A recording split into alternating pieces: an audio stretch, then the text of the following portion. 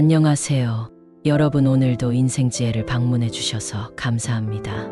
오늘은 손자 손녀와 바람직한 대화의 모범이 되는 어른의 사연을 이야기해 보겠습니다. 겨울방학이 시작되자마자 12살의 수연과 8살의 제이는 시골 외할아버지 댁으로 떠났다. 아침마다 햇살이 부서지듯 들어오는 낡은 서재에서 아이들은 외할아버지와 대화를 나누며 특별한 시간을 보내곤 했다. 하지만 오늘은 뭔가 달랐다. 수연아, 이 책장 뒤에 비밀이 있다는 걸 아는 사람은 거의 없단다. 외할아버지는 갑자기 말을 꺼내며 오래된 책장에 손을 얹었다. 아이들의 눈이 휘둥그레졌다. 비밀이요? 제이가 물었다. 응. 너희가 오늘 나랑 이걸 같이 알아볼 용기가 있다면 말이다. 책장 한 구석에서 반질반질한 손잡이를 잡아당기자 삐거덕거리며 좁은 통로가 나타났다. 아이들의 심장이 두근거리기 시작했다. 우와, 이건 진짜 영화 같아요. 수연은 신이 나서 외쳤다. 영화라 글쎄다. 그런데 이건 진짜란다. 자, 먼저 들어가 보겐지? 외할아버지는 눈을 반짝이며 아이들에게 길을 양보했다. 통로를 지나자 작은 방이 나타났다. 벽에는 낡은 사진들과 오래된 노트가 가지런히 진열되어 있었다. 방 한쪽에는 외할아버지의 어린 시절 모습이 담긴 사진이 눈에 띄었다. 이건 할아버지 어렸을 때인가요? 수연이 사진을 가리켰다. 그렇지. 이 사진 속 아이가 바로 나란다. 이때 난 너희만큼 꿈이 많았지. 그런데 그때는 너무 가난해서 꿈을 이루기 힘들었어. 외할아버지가 말을 이었다. 제이는 벽에 붙어있는 커다란 지도를 유심히 바라보다가 물었다. 근데 이건 뭐예요? 왜 동그라미가 이렇게 많아요? 외할아버지는 웃으며 말했다. 그건 내가 어렸을 때 세상에서 가장 가고 싶었던 곳들이야. 여기는 그때 내 마음속에 있던 꿈들이 담긴 지도란다. 아이들은 한참 동안 지도를 바라봤다. 외할아버지가 꿈꿨던 세계는 마치 마법 같은 장소들로 가득 차 있었다. 하지만 그 순간 수연의 눈에 빨간색 동그라미 하나가 유독 크게 보였다. 외할아버지, 이 빨간색 동그라미는요? 왜 다른 동그라미보다 더 커요? 외할아버지는 잠시 말을 멈추더니 살짝 미소를 지었다. 그건 나중에 설명해 주마. 지금은 너희가 먼저 생각해 보길 바란다. 그날 저녁 손자 손녀들은 외할아버지와 함께 따뜻한 코코아를 마시며 이야기를 나눴다. 외할아버지, 옛날에 가난했어도 그렇게 꿈이 많으셨다니 멋있어요. 그런데 지금은 왜 여행 안 가세요? 제이가 물었다. 외할아버지는 머리를 긁적이며 웃었다. 그 꿈들 중 하나라도 이루기 위해선 돈도 필요하고 시간이 필요했지. 하지만 너희 엄마를 키우느라 바빴단다. 그 대신 내 꿈을 너희에게 물려주고 싶구나. 수연은 고개를 갸우뚱하며 물었다. 우리에게요? 어떻게요? 외할아버지는 의미심장하게 웃으며 말했다. 너희가 세상을 다닐 때 이 방에서 봤던 꿈의 조각들을 하나씩 찾아보는 건 어떠니? 내가 못 간 곳도 너희가 대신 가줄 수 있지 않겠니? 아이들의 마음속에 뜨거운 열정이 피어올랐다. 그날 밤 수연은 노트를 펼쳐 외할아버지의 이야기를 하나씩 적어 내려갔다. 그러나 책장 속 숨겨진 비밀이 하나 더 있다는 것을 아이들은 아직 몰랐다. 다음 날 아침 수연과 제이는 잠이 깨자마자 다시 서재로 뛰어갔다. 밤새 마음속에 떠오르던 의문이 가라앉지 않았던 것이다.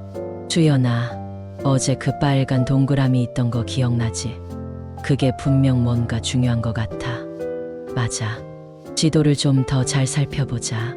아이들은 벽에 걸린 지도를 뚫어져라 바라보다가 제이가 작은 단서를 발견했다. 이거 봐. 지도 모퉁이에 뭔가 쓰여 있어. 지도 한쪽 끝에 작게 적혀 있던 글귀를 읽자 두 아이는 동시에 눈을 반짝였다. 지도를 들추면 진실이 드러난다. 들춘다니. 지도 밑에 뭐가 있는 건가? 수연이 손으로 지도를 천천히 들추자 얇은 서류 한 장이 나타났다. 그것은 낡고 누렇게 변색된 쪽지였다. 쪽지에는 이렇게 적혀 있었다. 너희가 이걸 발견했다면 내가 가장 소중히 여겼던 꿈 하나를 맡기고 싶구나. 이 지도 속 동그라미 중 가장 큰 곳으로 떠나 그곳에서 내가 못다 한 일을 찾아주겠니? 아이들은 그 빨간 동그라미가 표시된 곳을 다시 보았다. 거기엔 큼지막하게 몽골이라고 쓰여 있었다. 몽골이라고? 수연이 중얼거렸다.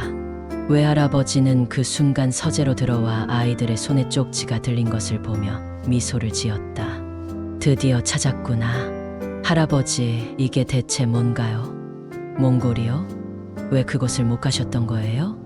제이의 질문에 외할아버지는 서서히 말을 꺼냈다. 어렸을 때 내게 가장 소중한 친구가 있었단다. 그의 이름은 바타르였지. 그는 몽골에서 온 교환학생이었고 우리는 서로 형제처럼 지냈단다. 외할아버지는 먼 곳을 바라보는 듯 이야기를 이어갔다. 그 친구가 몽골로 돌아가기 전 그는 나에게 말했어. 언젠가 너도 꼭 우리 고향에 와 달라고. 하지만 그 약속을 난 지키지 못했지. 가족을 부양해야 했고 그렇게 세월이 흘러버렸단다. 수연은 조용히 물었다.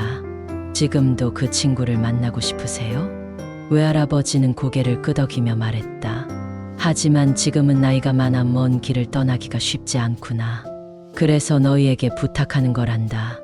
몽골에 가서 바타르의 고향을 찾아주겠니? 수연과 제이는 서로의 눈을 바라보았다. 평소에는 종종 다퉜지만 이번만큼은 두 사람 모두 한마음이었다. 우리가 가요. 외할아버지, 친구분의 고향을 꼭 찾아볼게요.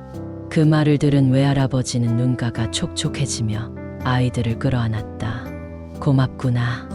너희가 할 수 있다는 걸 믿는다. 몽골로 떠나기 전 아이들은 외할아버지와 함께 작은 준비를 했다. 외할아버지는 어릴 적 바타르와 함께 찍은 사진과 자신이 그 친구를 위해 쓴 짧은 편지를 아이들에게 건넸다. 이 편지는 그 친구의 가족에게 전해주렴. 내가 못다 한 말을 대신 전해주는 거란다. 며칠 후 아이들은 부모님의 도움으로 몽골에 도착했다. 드넓은 초원과 하늘을 바라보며 두 사람은 외할아버지가 그토록 꿈꿨던 세상을 직접 눈에 담았다. 현지 가이드의 도움을 받아 바타르의 고향 마을을 찾아간 끝에 드디어 바타르의 가족을 만날 수 있었다. 여긴 바타르의 가족입니다. 가이드가 말했다. 바타르의 손자인 듯 보이는 청년이 아이들을 맞아주며 말했다. 너희가 한국에서 왔다고요? 할아버지가 항상 그 친구를 그리워했어요. 그의 이름을 평생 기억하셨답니다. 수연은 외할아버지가 건네준 사진과 편지를 꺼내주었다. 청년은 그것을 받아들고 눈시울을 붉혔다. 정말 감사합니다. 우리 할아버지가 한국에서 지낸 이야기를 자주 들려주셨지만 이렇게 소식을 전해주시다니. 청년은 그곳의 초원을 가리키며 말했다. 할아버지께서 생전에 이곳이 가장 아름다운 곳이라며 친구를 꼭 초대하고 싶어 하셨죠. 이제라도 그 마음이 전해진 것 같아 기쁩니다. 한국으로 돌아온 수연과 제이는 외할아버지에게 몽골에서의 이야기를 전했다. 바타르의 손자가 얼마나 할아버지를 존경했고 그 고향의 초원이 얼마나 아름다웠는지 말이다. 외할아버지는 눈을 감으며 말했다. 고맙다. 정말 고맙다. 너희 덕분에 내 오랜 꿈이 마침내 이루어진 것 같구나. 그리고는 마지막으로 조용히 덧붙였다. 이제 너희도 나처럼 못다 한 꿈이 있다면 절대 미루지 말고 꼭 도전하렴. 꿈이란 건 함께 나눌 때 더 특별한 것이니까. 몇 년 뒤 수연은 세계 여러 나라를 탐험하는 여행 작가가 되었고 제이는 다큐멘터리 감독으로 성장했다. 그들의 작품에는 늘 외할아버지의 이야기가 담겨 있었다. 그날의 대화와 모험은 단순히 비밀을 풀기 위한 여정을 넘어 그들에게 세상을 바라보는 새로운 눈과 마음을 열어주었다.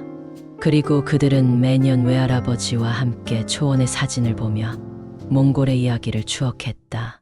오늘도 사연을 들어주셔서 감사합니다. 매일 새로운 사연을 올리도록 노력하겠습니다. 재미있으셨다면 구독과 좋아요를 눌러주세요. 저에게 큰 힘이 됩니다. 감사합니다.